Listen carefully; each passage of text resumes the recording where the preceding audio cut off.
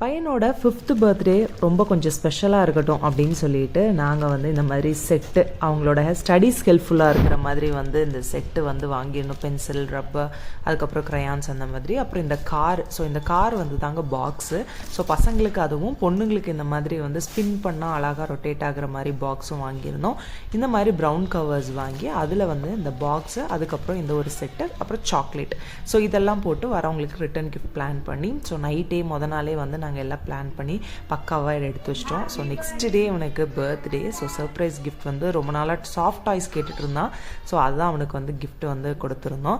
So அந்த gift வந்து பார்த்தீங்க அப்படின்னா ரொம்பவே வந்து அவனுக்கு பிடிச்சிருந்துச்சு. ஸோ அந்த டாக் வந்து பார்த்தீங்கன்னா அவனுக்கு சுப்பிரமணி அப்படின்னு வந்து பேரை வச்சிருக்கிறான். விஜய் படம் லியோ பார்த்துட்டு ஸோ அவனுக்கு பிடிச்சது வாங்கி கொடுப்போமே அப்படின்னு சொல்லிட்டு வாங்கிட்டோம்.